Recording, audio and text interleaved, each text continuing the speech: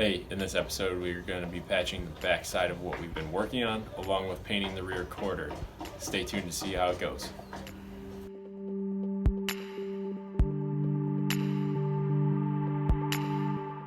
So that's a quick clip of what I was working on. Here I'm just grinding down and cleaning it up to get ready to accept the fiberglass. I go further in depth on how to actually apply fiberglass in a different one of my videos. Feel free to go check that out.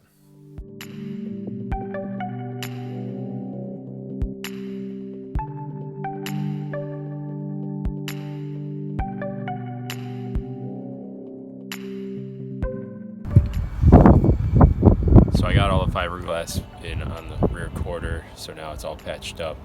All we have to do is wait for it to dry and then I can sand it down. We'll look on the underside. It's all closed off now. There's 2 coats under there. So it's the next day, all the fiberglass is dry and I'm going to keep moving forward with it. I did get some glue on the quarter itself. So I'm gonna very, very lightly touch it with the sanding disc on the grinder. And then I'm gonna take the grinder and go in from the back side to get rid of all that extra fiberglass.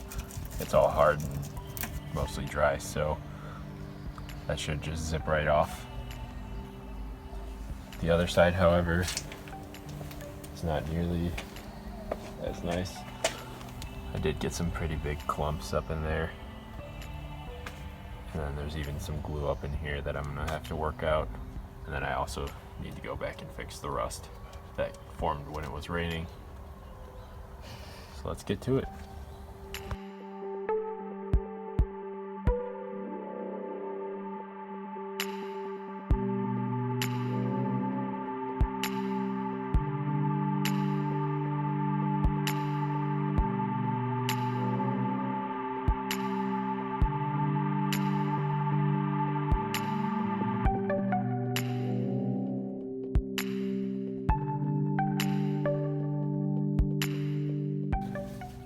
So the last thing you saw me do was sand down the quarter panels where I got that extra glue from doing the fiberglass.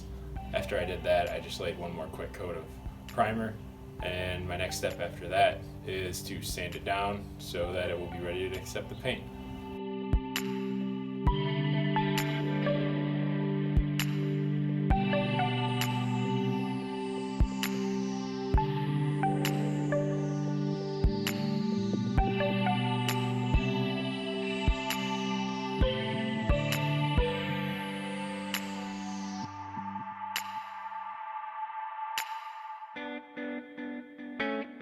So I have this pretty horribly masked, but it'll do the trick because you won't ever see any of that back there, so I'm just not even going to mask it, but you will see the top and the sides. So what I'm going to do is start spraying in there first, and then close the gas cap and finish spraying all the way through here, and then start to blend it. I just getting a little windy, so I'm going to have to be careful. First time I painted in my driveway in a long time.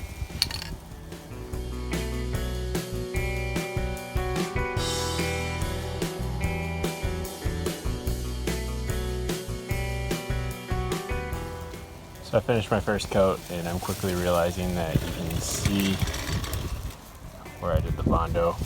The panel buckled right there is what happened when I was welding because it got too hot and it just created a super messed up spot. So I'm just gonna leave it because I don't really care very much. But first coat went pretty well. All I have to do is one more and I can start doing clear coat. So the side went a little better than the other one. Can't really tell where I bondoed at all.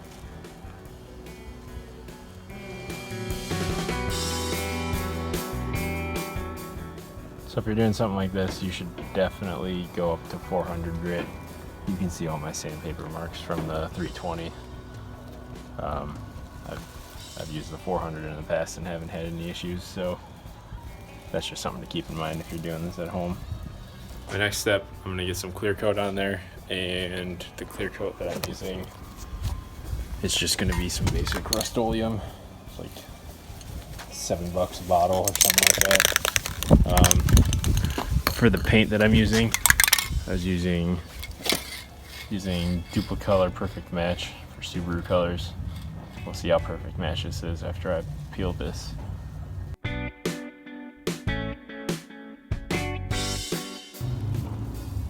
So I did mess up on this side. I got some pretty bad runs.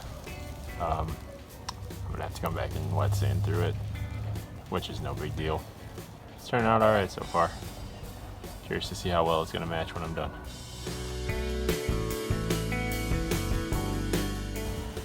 So there's our final product before wet sanding. Paint matches really well. I'm happy with it.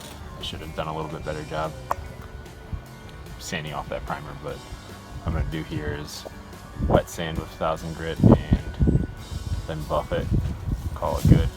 So we got a lot of work done in this video. We got the rear quarters completely done, and next step will be to work on the rocker panel.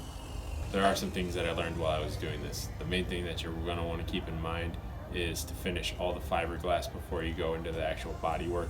I had an issue where I was finishing up the back side of the quarter panel and I got some of the epoxy from the fiberglass on the front side of the quarter panel, which I had already finished the bodywork for. And I had to go back and do a lot of sanding because of it. Another thing I learned on the topic of fiberglass is that you should have an abundance of paintbrushes available. Between coats they dry and then become rock hard, so you're going to want to have a bunch of them ready to go just for when you need it. Another thing that I learned is that you really need to have a higher grit than 320 to do your finishing sanding for your painting. However, I knew this going into it and I was too lazy to go buy some, so I just worked with what I had, and it didn't turn out terrible, but you can definitely see the scratch marks from it.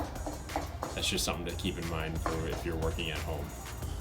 Another thing is that when you're at home working it with clear coat, you want to make sure that you can see it.